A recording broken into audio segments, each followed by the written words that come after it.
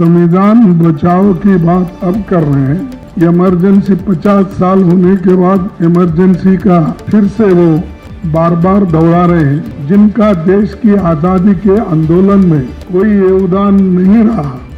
खड़गे जी कह रहे हैं कि 50 साल पहले हो गया, उसको फिर से क्यों याद किया जा रहा है?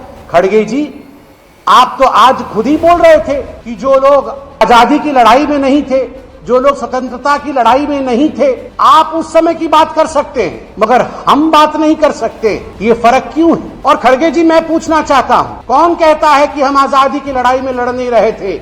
यहाँ जितने लोग खड़े हैं, चाहे हम बोलने वाले हों, चाहे कैमरे के पीछे हमारे कैमरेमैन बंधु हों, आप सबके परिवार से हिंदुस्तानी होने के नाते कोई प्रत्यक्ष रूप से या कोई परोक्ष रूप से आजादी के लड़ाई में लड़ रहा था। मगर मैं पूछना चाहता हूं, बताइए, आदरणीय सोनिया गांधी जी का परिवार, उनके माता पिता कहां से लड़ रहे थे आजादी की लड़ाई में?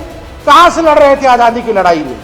उत्तर प्रदेश से, बिहार से, उड़ीसा से, बंगाल से, कहां से सोनिया जी की परिवार आजादी की लड़ाई में शामिल थे? बताइए।